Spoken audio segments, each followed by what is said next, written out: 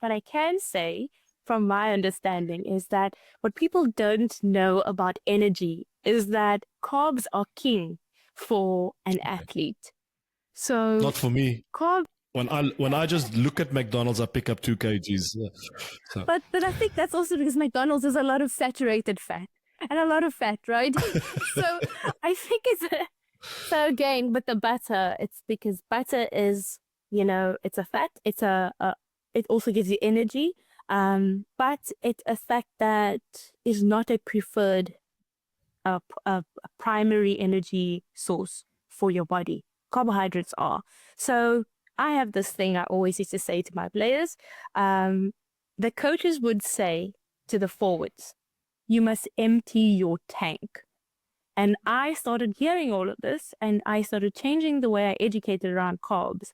And I used to say, you need carbs to fill your tank. And I would say to them nice. why the muscle mass is so important is the tank is the muscle mass. So so Yeah.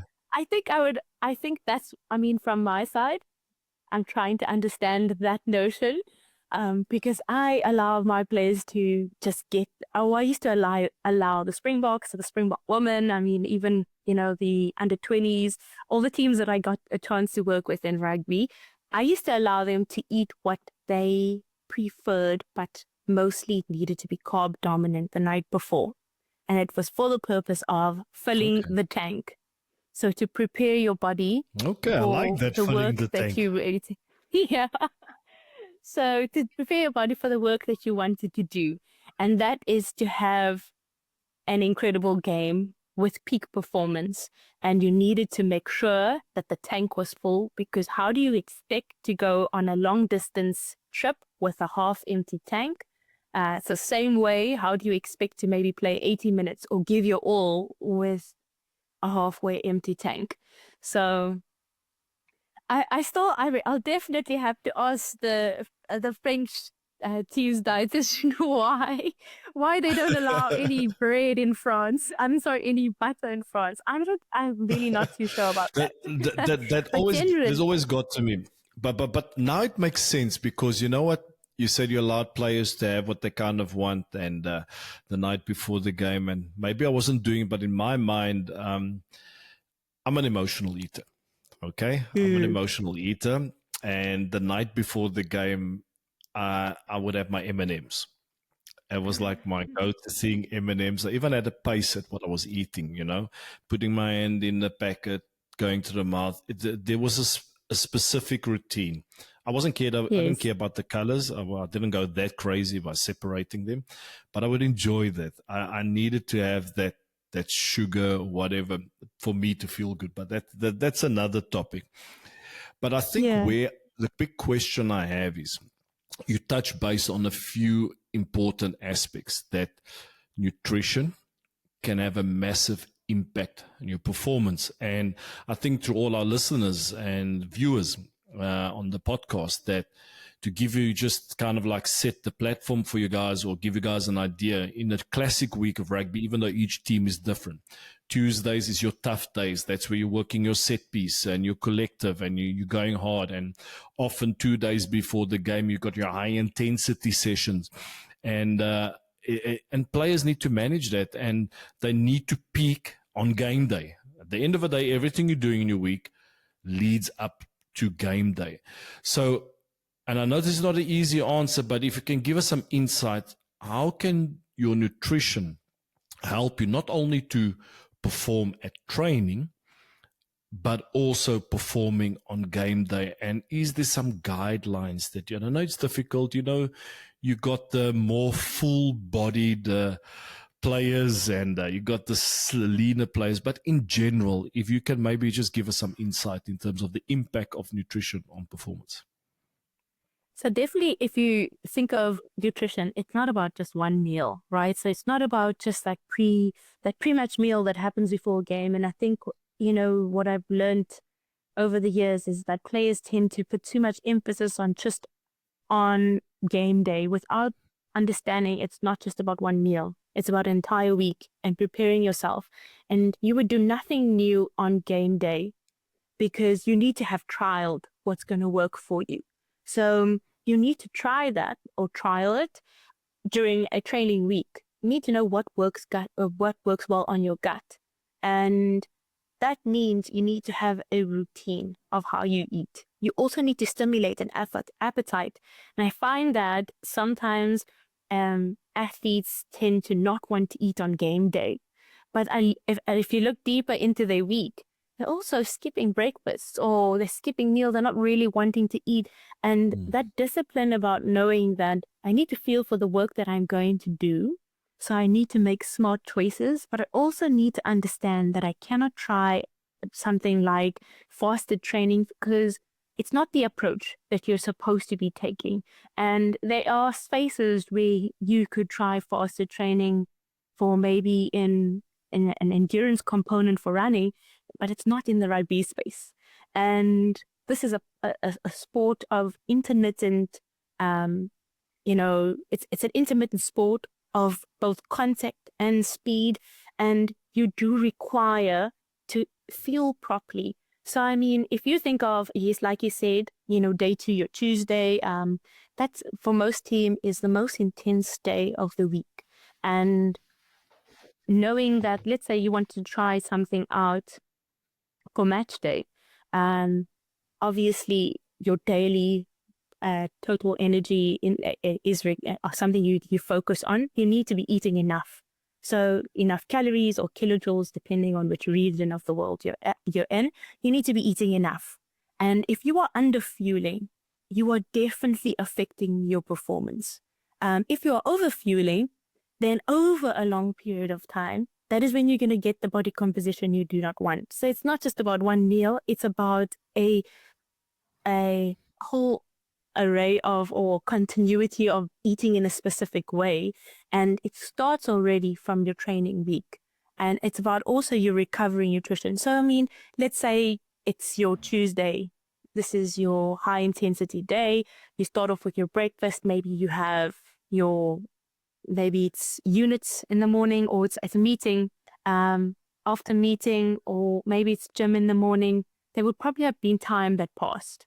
And for some, maybe units is just before lunch. So they head onto the field. That's where you need to have what we call a pre-training snack, because maybe your breakfast was probably 3 hours ago and your energy is low already by then.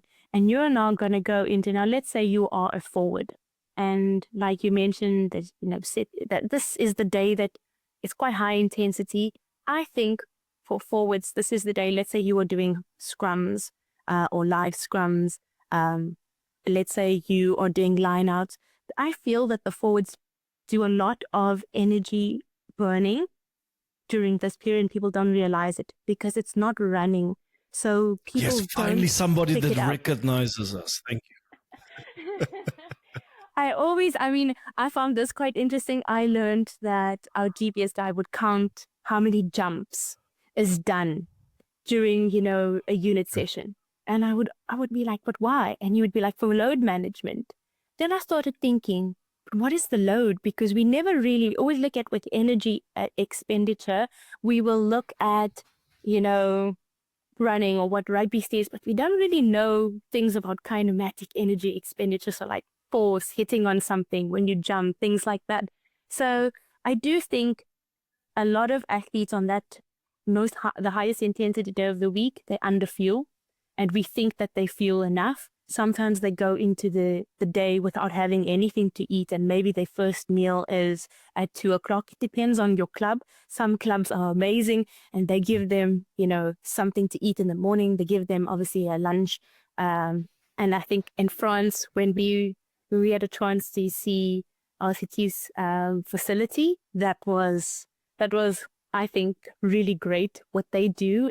If you think of in South Africa, our teams don't have that type of support when it comes to fueling.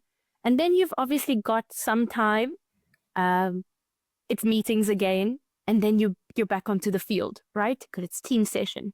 And I mean, that structure maybe differs over some teams, but your lunch, if you were to have a lunch that is extremely greasy, that is there's a lot of tomato in there. It's maybe got steak and it's high fat, it takes longer to digest.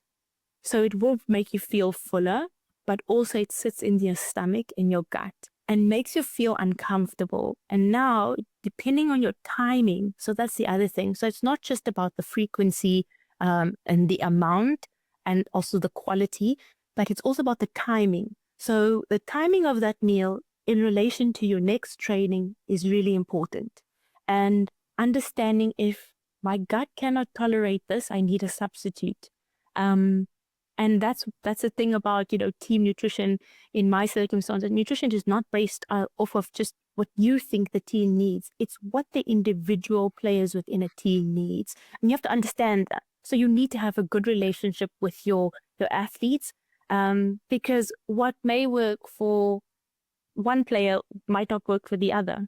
And after or let's say you get to a player that can't eat a lot at lunch because they know during that afternoon field or after that's in the field session, they're not going to be able to maybe perform the same. And that's because gut feel is also important. So sometimes they underfuel then, and then they get to this session and they're feeling depleted. Now they're not giving the best out of their session. So isotonics are really great in that circumstance, or having something that's easy to digest, that's a carbohydrate base, is really a perfect contingency for players that are like that. In some setups, it could be literally an isotonic like your Lucozade or your Powerade, Energade if you're in South Africa. Or in some setups, they will have energy bars, which is just, your carbohydrates. And even in some setups, they will use jelly sweets or they will use fruit. So as a pre-training snack, because fruit is carbohydrates in fructose form.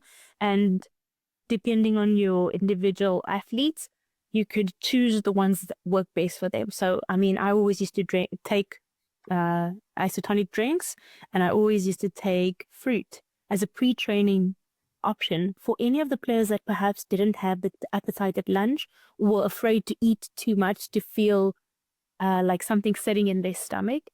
And then obviously after the training session, you've got your recovery nutrition. In some circumstances, there are performance aids. So things like caffeine is proven to assist in performance, and it needs to be in a dose of 3 to 6 milligrams per kilogram.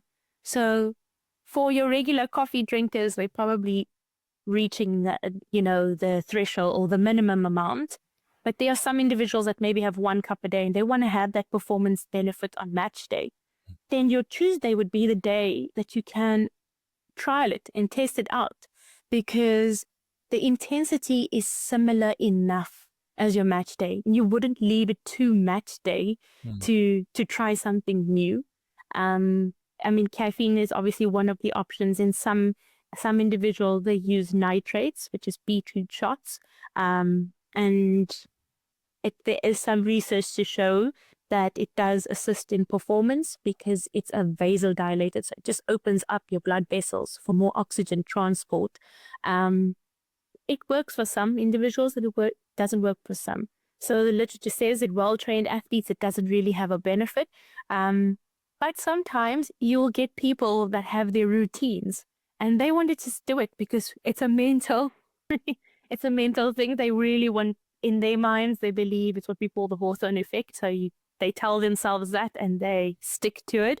It's now their routine. So sometimes they continue with it. But anything new that can benefit, is trialed during the training week in preparation for your game day, so that you have nothing that can interfere with your game day plan. And obviously your hydration is really important. So throughout the day, monitoring your hydration, it's always something that people forget. Oh, I love that. Take the sip of water. Also the urine. Exactly. That wasn't planned. That wasn't planned. So yes, nutrition is not something where you could say, Monday, this is what you must do. Tuesday, this is what you must do. I tried many strategies. I tried doing, for some of the teams, we would train low, compete high. It didn't really, 2022, I proved that wrong, where I would design a menu in that approach because I thought, it would work for rugby players. Literature didn't really show that it would, and then practicality didn't really show that. But it depends highly on the team. And these are things that people don't see a dietitian do. They don't see a dietitian sit the hours researching this stuff, coming up with a plan. We don't just thumb stuck any of this stuff. We do evidence-based research implementation. So which means everything we are advising, it's based on the science. Even something like nutrition periodization, which is also what we're doing, what we do throughout the year. You mentioned just the training week. And there's nutrition that can be done in the training week, and then you have your game day nutrition. But what about in your regen weeks? What about in your off season or your transition period? What about pre-season? So your nutrition changes all the time according to the demands of that specific phase.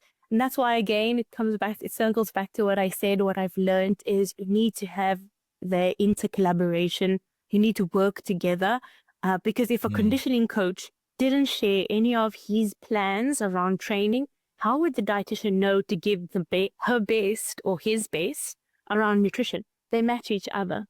It's the same thing with the coaches understanding how nutrition can influence a player's performance. If you were to have a day where you have players come in at 7:00 and they maybe, 8:00 they have meeting, and then it's back to back with no window of opportunity for them to have a pre-training snack or no window of opportunity for them to really eat. Sometimes it's just bang, bang, next thing after next thing. And there isn't an opportunity for players to properly hydrate, or they maybe haven't eaten anything and there's nothing else that can be done. So the timings also with travel. Your team manager needs to know these things. That's why it's so important, because a team manager would understand this is when a bus is departing and maybe we're going on a bus ride for 12 hours. So what are we going to do for that 12 hours where our players probably had to eat a sandwich alone? That's not enough. So there's a lot of discussion that needs to happen. Nutrition is not something that, like you said, you got your bigger bodied players. So you've got your forwards, you've got your Lucy's. You've even got, they're different to your props. So Lucy's and your props are going to be different balls in any case. And then you've got your backline players. These days you're seeing centers that are quite large. And some of them, their weights are closer to some of the Lucy's. So not all, but you've got wings also that are different in sizes to, your scrum off. So, there's a lot that goes into nutrition, and I cannot give a single person a exact. If I did, it would probably be the generic that you could search anywhere. And that would probably be, you must have a pre-training snack throughout the week. Your plate needs to follow the plate models.